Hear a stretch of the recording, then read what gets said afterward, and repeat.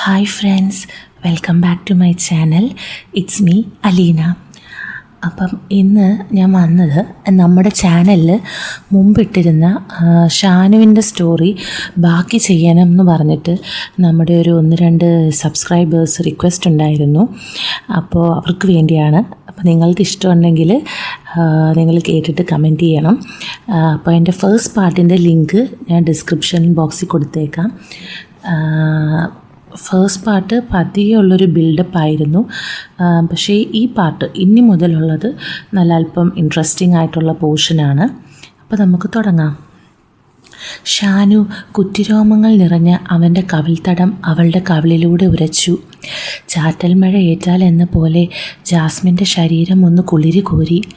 ഷാനു പതിയെ പതിയെ അവൻ്റെ കവിൾത്തടം അവളുടെ കവിളിലും കഴുത്തിലും ചേർത്തുരച്ചുകൊണ്ടിരുന്നു. പുറത്തപ്പോഴും മഴ തകർത്ത് പെയ്യുകയായിരുന്നു. മഴ തോർന്നിരുന്നില്ല. ഇടയ്ക്കെപ്പോഴോ കൊണ്ടുവന്ന ബാഗിൽ നിന്നും ജാസ്മിൻ എടുത്ത കമ്പിളി പുതപ്പിനുള്ളിലായിരുന്നു മൂന്നാളും. ഷാനുവിന് പിന്തിരിഞ്ഞാണ് ജാസ്മിൻ കിടന്നിരുന്നത്. മോളി ജാസ്മിൻ്റെ മാറിലേക്ക് പറ്റിച്ചേർന്നു. ജാസ്മിൻ്റെ പിന്നിലേക്ക് അരക്കെട്ടിടിച്ചു കുത്തി പിൻകഴുത്തിലേക്ക് മുഖം ചേർത്ത് സുഖനിദ്രയിലായിരുന്നു ഷാനു. മോളി ഒന്ന് ചിണങ്ങിക്കൊണ്ട് മൂര് നിവർത്തിയപ്പോൾ ജാസ്മിൻ ഉണർന്നു.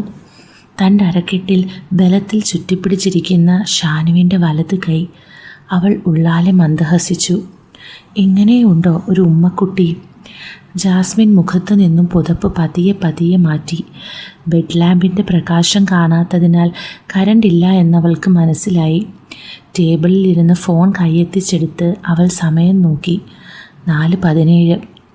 കിടന്നുകൊണ്ടിരുന്ന പൊസിഷനിൽ ഭംഗം വന്നതറിഞ്ഞ് ഷാനു ഒന്നുകൂടെ അവളെ അമർത്തി ചുറ്റിപ്പിടിച്ചു.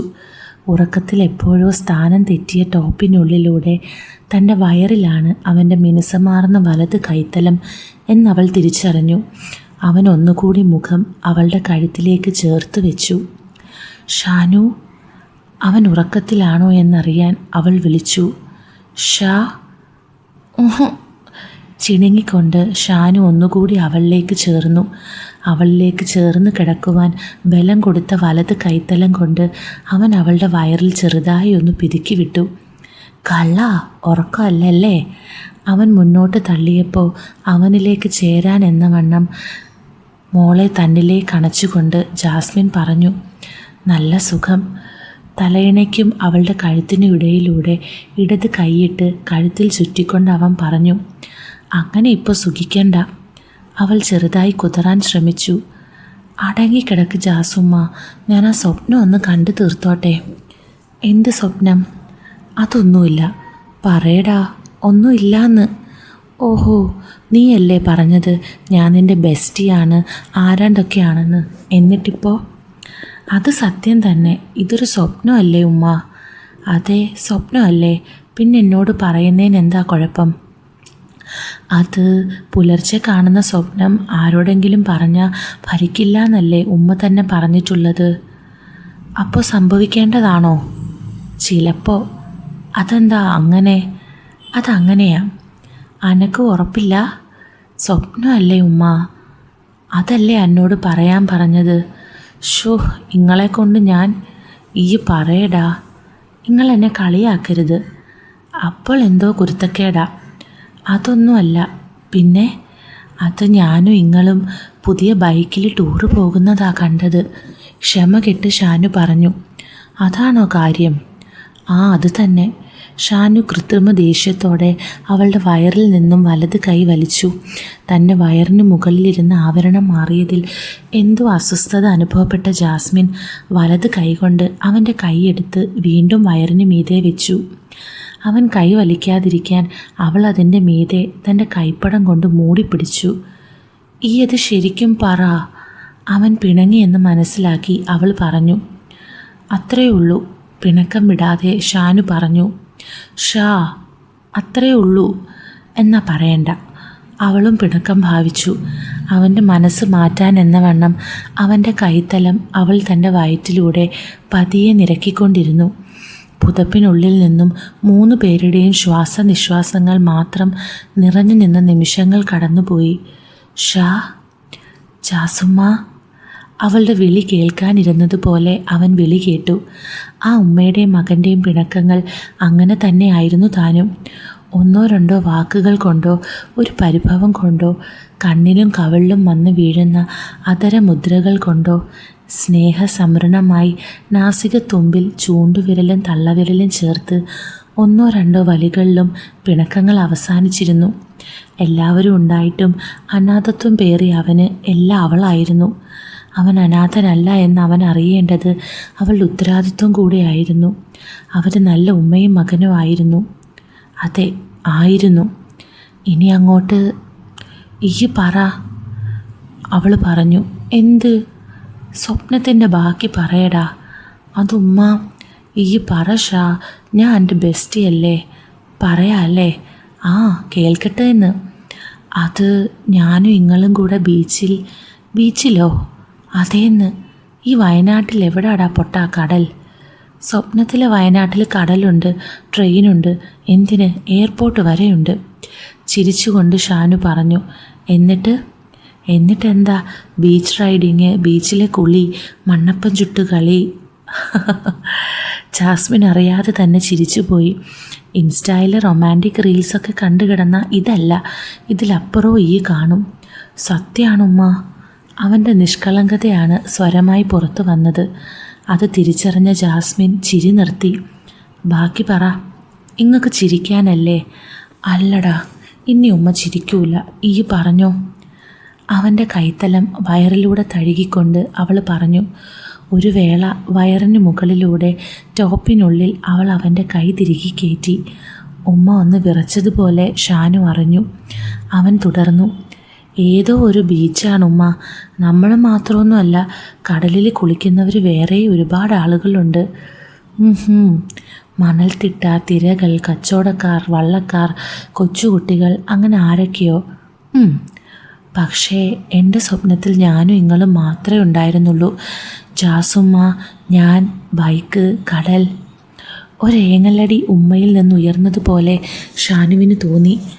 അവളുടെ പുറം വിറ കൊള്ളുന്നത് ഷാനു തന്നെ നെഞ്ചിലറിഞ്ഞു. ഉമ്മ, അവൻ വിളിച്ചു. ജാസുമ്മ. ആ വിളിയിൽ അവൾ മറുപടി തരാതിരിക്കില്ലെന്ന് അവനറിയാം. പ്രതീക്ഷിച്ച മറുപടി കിട്ടാതെ വന്നപ്പോൾ കഴുത്തിനടിയിൽ കിടന്ന ഇടത് കൈകലം കൊണ്ട് ഷാനു ഉമ്മയുടെ മുഖം തിരിച്ചു. ഇരുട്ടായതിനാൽ അവളുടെ മുഖം അവന് കാണാൻ പറ്റില്ലായിരുന്നു. വയറിന് മുകളിലിരുന്ന കൈയെടുത്ത് ഷാനു ഉമ്മയുടെ മുഖത്ത് പരതി. താടിയിൽ നിന്നും കവളിലേക്ക് പരതി ഇറങ്ങിയ അവൻ്റെ വിരലുകൾ അവളുടെ കണ്ണുനീരിൽ തൊട്ടു. ജാസുമ്മ. അമ്പരന്ന് പോയ ഷാനു വിളിച്ചു.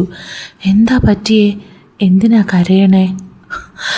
ഒന്നുമില്ലടാ, ചിലമ്പിച്ച സ്വരത്തിൽ അവൾ പറഞ്ഞു. പറയെന്ന്. ഒന്നുമില്ല. പറ ജാസുമ്മ. അവളുടെ കവളിലൂടെ വിരലുകൾ പരതിക്കൊണ്ട് അവൻ പറഞ്ഞു. അവളുടെ ചുണ്ടിൻ്റെ ഇടത്തെ വശത്തുകൂടെ 1-2 തവണ അവൻ്റെ വലം കൈയുടെ പെരുവിരൽ തഴുകിപ്പോയി. 3-ാമത്തെ തവണ ചുണ്ടിലേക്ക് വിരൽ വന്നതും അവൾ വായ തുറന്ന് അവനെ വേദനിപ്പിക്കാതെ പല്ലുകൾക്കിടയിൽ കോർത്തു. ഒരു നിമിഷം കഴിഞ്ഞ് അവൻ്റെ കൈത്തലമെടുത്ത് അവൾ പഴയതുപോലെ വയറിലേക്ക് ചേർത്തു. ഇത്തവണ പൊക്കിളിന് മുകളിൽ തന്നെയാണ് അവൾ കൈവച്ചത്. ഷാ. പറയടാ. അവളുടെ കണ്ണുനീരിലും പ്രവൃത്തിയിലും അമ്പരന്നു പോയ ഷാനു പിന്നീട് അവൾ പഴയ അവസ്ഥയിലേക്ക് വന്നതറിഞ്ഞ് അവൻ ചോദിച്ചു. പറയട്ടോ? പറയെന്ന്. പറയും. നിക്ക് മടിയാ. പറയടാ ചെക്ക, പറയട്ടോ? അവൾ മിണ്ടിയില്ല. പകരം അവൻ്റെ വിരലുകൾ തൻ്റെ പൊക്കിൾ ചുഴിയിൽ പതിയെ പരതിച്ചുകൊണ്ടിരുന്നു. ബീച്ചിൽ വെച്ച് ഞാൻ ജാസുമ്മാനെ കെട്ടിപ്പിടിച്ച് ഉമ്മ വയ്ക്കുന്നതും കണ്ടു. അതാണോ? അത് ഈ ചിലപ്പോൾ ഒക്കെ എന്നെ ഉമ്മ വെക്കാറുണ്ടല്ലോ. അതൊക്കെയുണ്ട്. പിന്നെന്താ പ്രത്യേകിച്ച്? അതിപ്പോൾ നമ്മൾ മാത്രം ഉള്ളപ്പോഴല്ലേ. ഓ, അങ്ങനെ. എന്നാൽ ഇനിയും അങ്ങനെ തന്നെ മതി. എങ്ങനെ? ഈ പറഞ്ഞ പോലെ. എങ്ങനെയെന്ന്? അത്രേ മതി. ചിരിച്ചുകൊണ്ട് അവൾ അവൻ്റെ കയ്യിൽ പിതുക്കി.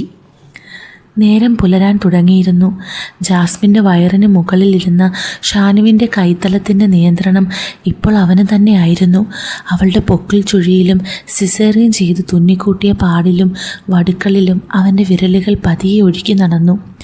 ഇടത് കൈ കഴുത്തിനിടയിലൂടെ ഇട്ടിട്ട് അവളുടെ കണ്ണുകളിലും കണ്ണീരുണങ്ങിയ കവിൾത്തടങ്ങളിലും താടിയിലുമെല്ലാം അവൻ അരുമയോടെ തലോടിക്കൊണ്ടിരുന്നു. ഉമ്മ, ഉപ്പ ഇനി എന്നാ വരിക? അതെന്തേ? ഉപ്പ വരുന്നവരെയല്ലേ എനിക്കിങ്ങനെ കിടക്കാൻ പറ്റൂ?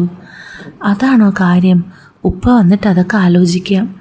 നേരം വെളുത്തു, ഈ എഴുന്നേക്കാൻ നോക്ക്. കുറച്ച് നേരം കൂടുമ്മ, ഇത്ര മതി. മാഷെങ്ങാനും എഴുന്നേറ്റ് വിളിക്കാൻ വരും. അതിനെന്താ? അതിനനക്കൊന്നുമില്ല. പ്രായപൂർത്തിയായ ചെക്കൻ ഉമ്മാനെയും കെട്ടിപ്പിടിച്ച് കിടക്കുന്നത് കണ്ട എനിക്ക് നാണക്കേടുണ്ട് എന്ന് പറഞ്ഞിട്ട് ജാസ്മിൻ എഴുന്നേൽക്കാൻ തുനിഞ്ഞു.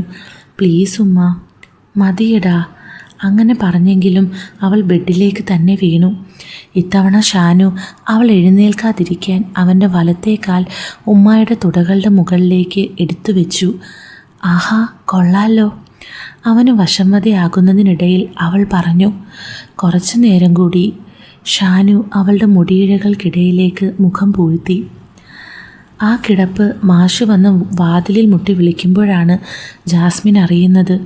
അവൾ പുതപ്പ് മാറ്റി വേഗം ചാടി എഴുന്നേറ്റു. വയറിനും നെഞ്ചിനും ഇടയിലിരുന്ന ഷാനുവിൻ്റെ കൈയെടുത്തു മാറ്റി. വസ്ത്രങ്ങൾ നേരെയാക്കി അവനെ മറികടന്ന് നിലത്തേക്കിറങ്ങി. ഹാങ്ങറിൽ കിടന്ന ചുരിദാറിൻ്റെ ഷോൾ തലയിലൂടെ ചുറ്റി വാതിൽ തുറന്നു. കട്ടൻ ചായ കുടിച്ചുകൊണ്ട് മാഷ് കസേരയിൽ ഇരിപ്പുണ്ടായിരുന്നു. ഉറങ്ങിപ്പോയോ? നേരത്തെ എഴുന്നേറ്റതാ മാഷേ. കറണ്ട് ഇല്ലാത്ത കൊണ്ട് ഒന്നുകൂടി കിടന്നു, അതാ പറ്റിയത്. ക്ഷമാപണം പോലെ പറഞ്ഞിട്ട് അവൾ അടുക്കളയിലേക്ക് കടന്നു. കറണ്ട് ഇപ്പോഴും വന്നിട്ടില്ല, ഞാൻ ഇൻവെർട്ടർ ഓണാക്കിയതാണ്. മാഷ് പിന്നിൽ നിന്നും വിളിച്ചു പറഞ്ഞു. അടുക്കളയോട് ചേർന്നുള്ള ബാത്റൂമിലേക്ക് ജാസ്മിൻ കയറി. വാതിലടച്ച ശേഷം പാൻ്റ് ഊരി ഹാങ്കറിൽ തൂക്കി. പ്രഭാത കർമ്മങ്ങൾ നിർവഹിക്കാൻ കയറിയ അവൾ പ്രതീക്ഷിക്കാതെ അവൾക്കുണ്ടായ സംഭവം തിരിച്ചറിഞ്ഞ അടുത്ത നിമിഷം അവൾക്കൊരു ഉൾക്കിടിലമുണ്ടായി. യാ അല്ലാ! അവൾക്ക് ഒരേ സമയം അമ്പരപ്പും ഭീതിയും തോന്നി. 4-4.5 വർഷത്തിന് ശേഷം തനിക്കത് സംഭവിച്ചിരിക്കുന്നു. ഒരു തേങ്ങലോടെ ചുണ്ടുകൾ കടിച്ചു പിടിച്ച് ഇടത്തെ തോളിലേക്ക് അവൾ കവിൾ ചേർത്ത് വിറച്ചു. എൻ്റെ റബ്ബേ! അവളുടെ ഉള്ളിൽ ഒരു കാളൽ ഉയർന്നു. താൻ അണ്ഡവും രക്തവും മാംസവും മജ്ജയും ചേർത്ത് ജീവൻ ഊതിക്കൊടുത്ത തൻ്റെ പൊന്നുമകൻ്റെ പരിരഭങ്ങളിൽ, ചുംബനങ്ങളിൽ, ലാളനകളിൽ, അവൻ്റെ സ്നേഹം കിനിയുന്ന വാക്കുകളിൽ അത് സംഭവിച്ചിരിക്കുന്നു. 1000 താഴിട്ട് പൂട്ടി അവിഹിതത്തിൻ്റെയോ അധാർമികതയുടെയോ നൈമിഷിക സുഖബന്ധങ്ങളുടെയോ ഒരണു പോലും പ്രദർശിപ്പിക്കാതെ മനസാന്നിധ്യം കൊണ്ട് മാത്രം കോട്ട കെട്ടി കാത്തു സൂക്ഷിച്ചിരുന്നിടം ഇന്ന് ഇത്ര മാത്രമേ ഉള്ളൂ. നാളെ? അവൾ അവളോട് തന്നെ ചോദിച്ചു. ജാസ്മിൻ ബാത്റൂമിൽ നിന്നിറങ്ങി വരുമ്പോൾ മാഷിൻ്റെ മടിയിലായിരുന്നു മോളി. ഷാനുവിനെ അവിടെ എങ്ങും കണ്ടില്ല. ഓ, എഴുന്നേറ്റോ? മോളിയോടായി ജാസ്മിൻ ചോദിച്ചു. കരഞ്ഞുകൊണ്ടാണ് എഴുന്നേറ്റ് വന്നത്. എന്നെ കണ്ടപ്പോൾ നിർത്തി, മാഷ് പറഞ്ഞു. നല്ല ആളാ. ഇന്നലെ വണ്ടിയിൽ കയറിയപ്പോൾ തുടങ്ങി ഉറക്കവാ. ബാത്റൂമിൽ പോകാൻ പോലും എഴുന്നേറ്റിട്ടില്ല. ജാച്ചുമ്മ എന്നെ വിളിച്ചൂല, മോളി പറഞ്ഞു. എന്നാ വാ, ബാത്റൂമിൽ പോകാം. മോളിയുടെ വസ്ത്രങ്ങൾ അഴിച്ചു കൊടുത്ത ശേഷം വാതിലിന് പുറത്ത് അവൾ നിന്നു. വീണ്ടും അവളുടെ ചിന്ത പഴയതിലേക്ക് തന്നെ വഴിമാറി. ഷാനു പിന്നീട് തന്നെ ബലമായി പിടിച്ച് കിടത്തിയ ശേഷം ഉള്ള കാര്യങ്ങൾ അവൾ ഓർത്തു. തൻ്റെ തുടകൾക്ക് മുകളിലേക്ക് അവൻ കാലെടുത്ത് വെച്ചത്. അവൻ്റെ വിരലുകൾ തൻ്റെ വയറിൽ പരതി നടക്കുന്നുണ്ടായിരുന്നു. അവൻ്റെ അരക്കെട്ട് തൻ്റെ പിന്നിലേക്ക് 2-3 തവണ ഉരഞ്ഞിരുന്നു. ഇടത് കൈ തൻ്റെ കവിളിലും കഴുത്തിലും 1-2 തവണ ചുണ്ടുകളിലും പരതിയിരുന്നു. തൻ്റെ അരക്കെട്ടിൽ വീണ്ടും ഒരു തരിപ്പ് അനുഭവപ്പെട്ടു തുടങ്ങിയത് അവൾ അറിയുന്നുണ്ടായിരുന്നു. ജാച്ചുമ്മ! മോളിയുടെ ശബ്ദം അവളെ ചിന്തയിൽ നിന്ന് ഉണർത്തി. ജാസ്മിൻ വേഗം അവളെ വൃത്തിയാക്കിയ ശേഷം അടുക്കളയിൽ കടന്നു. മോളി വീണ്ടും മാഷിൻ്റെ അടുത്തേക്കും. റൂം തുടയ്ക്കലും വൃത്തിയാക്കലും ഭക്ഷണം പാകം ചെയ്യലും ഒക്കെ ജാസ്മിൻ പെട്ടെന്ന് തീർത്തു. മാഷും മോളിയുമായി കഥ പറച്ചിലായി സിറ്റൗട്ടിലായിരുന്നു.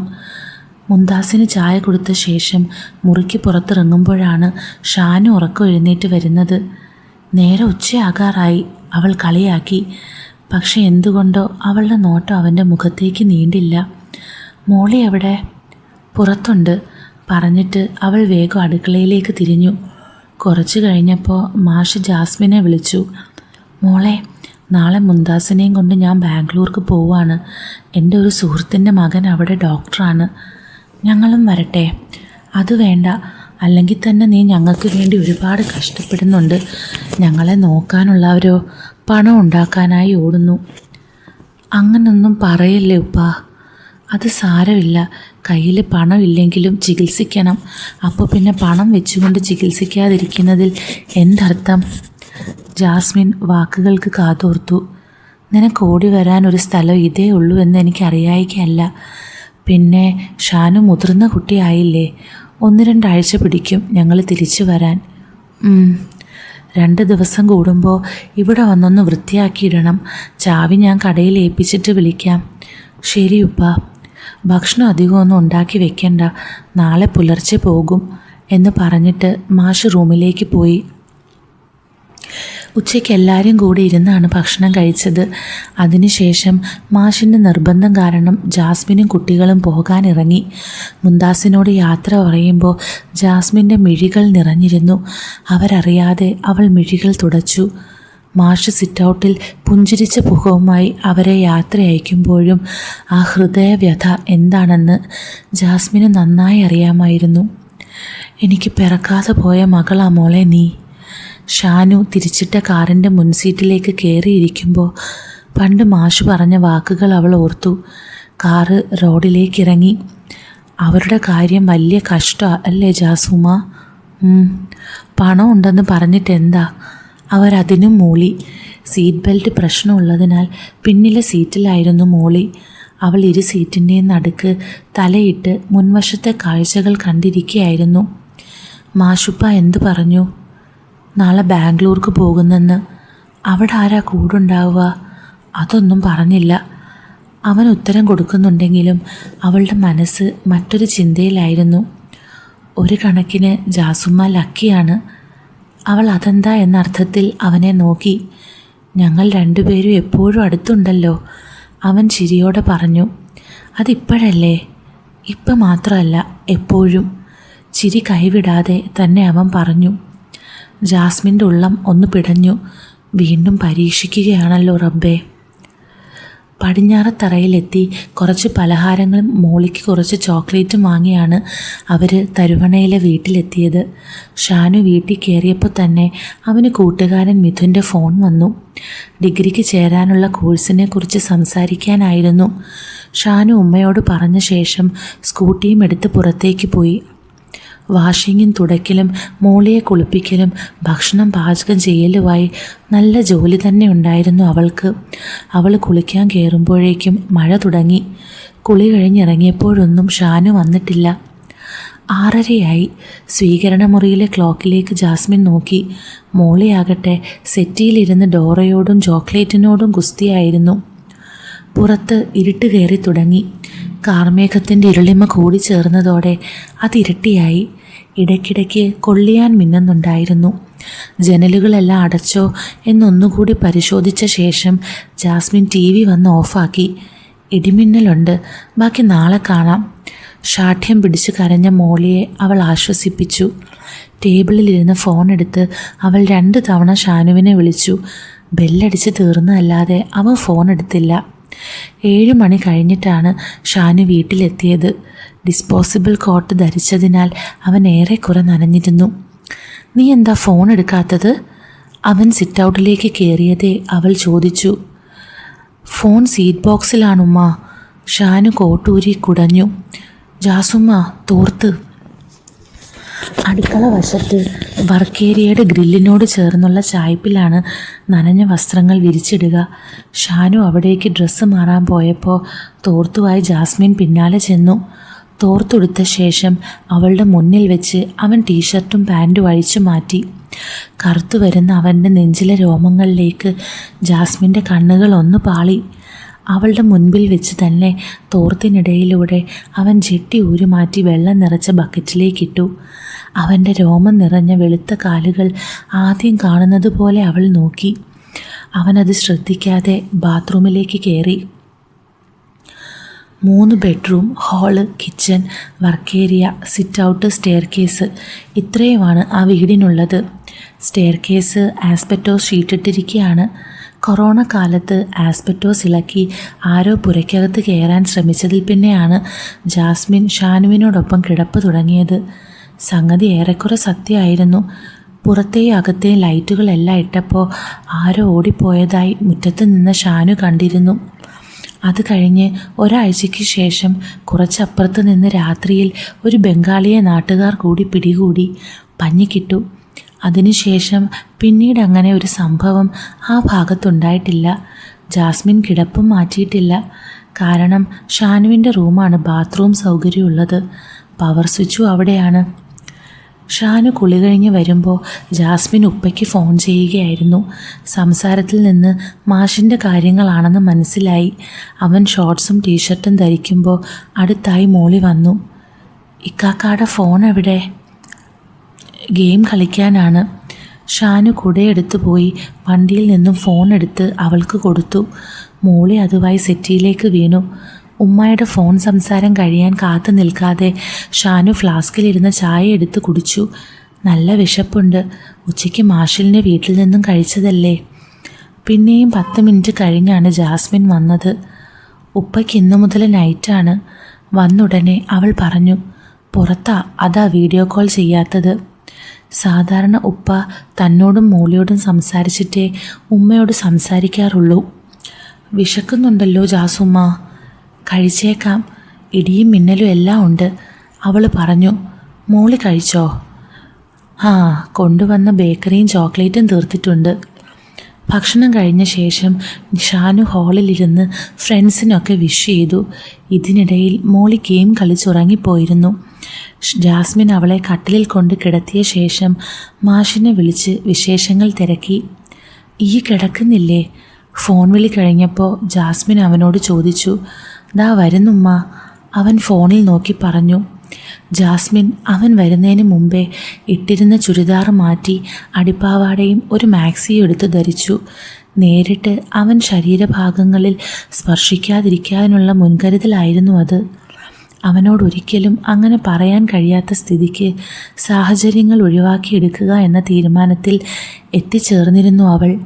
അവൻ്റെ ലാളനകൾ അത്തരം ഉദ്ദേശത്തിലായിരിക്കില്ല എന്നവൾക്ക് ഉറപ്പുണ്ടായിരുന്നു. പക്ഷേ തൻ്റെ നില തെറ്റുവോ എന്നൊരു ഭയം അവളുടെ ഉള്ളിൽ നാമ്പിട്ട് തുടങ്ങിയിരുന്നു. കുറച്ച് കഴിഞ്ഞപ്പോൾ ലൈറ്റെല്ലാം ഓഫാക്കി ഷാനു മുറിക്കകത്തേക്ക് വന്നു. ജാസ്മിനും മോളും പുതപ്പിനകത്തായിരുന്നു. ബെഡ് ലാമ്പ് ഓണാക്കിയ ശേഷം ഷാനു മൊബൈൽ ടേബിളിൽ വെച്ച് ഉമ്മയോട് ചേർന്നു. അതറിഞ്ഞ ജാസ്മിൻ മോളയോട് ചേരുകയാണുണ്ടായത്. ഉമ്മ, എന്താടാ? ഒരല്പം പരുക്കനായിരുന്നു അവളുടെ സ്വരം. ജാസുമ്മ. അത് മനസ്സിലാക്കി ഷാനു വിളിച്ചു. പറ ഷാനു. അവൾ മയപ്പെട്ടു. ഇങ്ങക്ക് എന്നോടെന്തോ പറയാനുണ്ടോ? അവൾ ഒരു നിമിഷം നടുങ്ങി. പെട്ടെന്ന് അവൾക്ക് വാക്കുകൾ കിട്ടിയില്ല.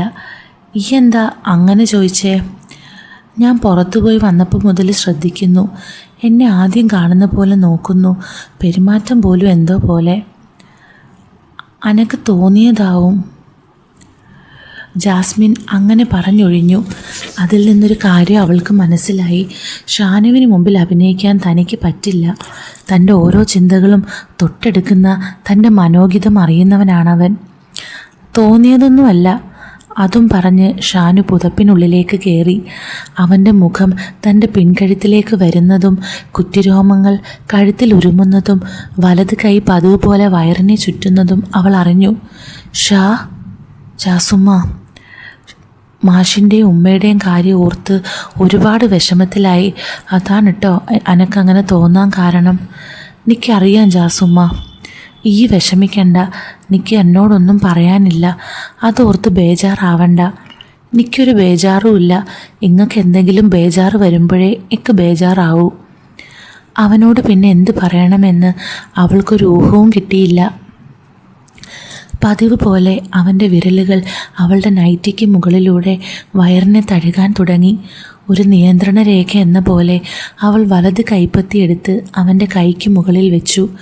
അവൻ തൻ്റെ വസ്ത്രം മാറിയതിനെക്കുറിച്ച് ഒന്നും ചോദിക്കാതിരുന്നപ്പോൾ അവൾക്ക് അവനോട് വീണ്ടും മതിപ്പ് തോന്നി. പാവം, അതൊന്നും ശ്രദ്ധിക്കുന്നുണ്ടാവില്ല. തൻ്റെ വികാരം അണപൊട്ടി ഒലിച്ചതിന് പാവം മകനെന്ത് പിഴച്ചു? ജാസ്മിന് തന്നോട് തന്നെ അവജ്ഞ തോന്നി. ആ കുറ്റബോധത്തോടെ അവൾ മിഴികൾ അടച്ചു. പെയ്തിരുന്ന മഴ തോർന്നു. പടിഞ്ഞാറ് നിന്ന് ഇരുളിൽ മഴമേഘങ്ങൾ വീണ്ടും ഇരച്ചു തുടങ്ങി. തീജ്വാല പോലൊരു മിന്നൽ, പിന്നാലെ കാതടിപ്പിക്കുന്ന ഒരു ഇടിശബ്ദവും. ഒരു നടുക്കത്തിൽ എന്ന വണ്ണം ജാസ്മിൻ ഉണർന്നു. കരണ്ട് പോയിരുന്നു. ഇരുളുമായി താതാത്മ്യം പ്രാപിക്കാൻ അവൾ മിഴികൾ ഒന്ന് ചിമ്മി തുറന്നു.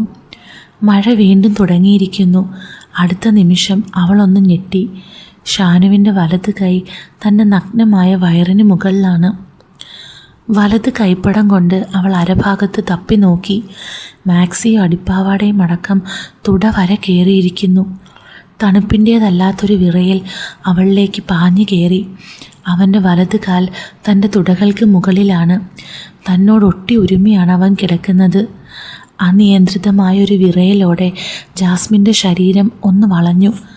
ആ മഴയിലും ജാസ്മിൻ വെട്ടി വിയർത്തു. അപ്പോൾ ഈ സ്റ്റോറിയുടെ ബാക്കി ഭാഗം നമുക്കിവിടെ പറയാൻ പറ്റില്ല. ഞാൻ ടെലഗ്രാം ചാനലിലായിരിക്കുമേ പറയുന്നത്. അപ്പം നിങ്ങൾക്ക് ചാനലിൽ ജോയിൻ ചെയ്യാൻ എനിക്ക് മെസ്സേജ് അയക്കാനുള്ള ലിങ്ക് ഞാൻ ഡിസ്ക്രിപ്ഷനിൽ കൊടുത്തേക്കാം. അപ്പോൾ ബാക്കി കേൾക്കാൻ ഇൻട്രസ്റ്റ് ഉള്ളവർ അവിടെ പോയി കേട്ടിട്ട് നിങ്ങളുടെ അഭിപ്രായം അറിയിക്കണേ. അപ്പോൾ നമുക്ക് വീണ്ടും കാണാം. With love, Aleena.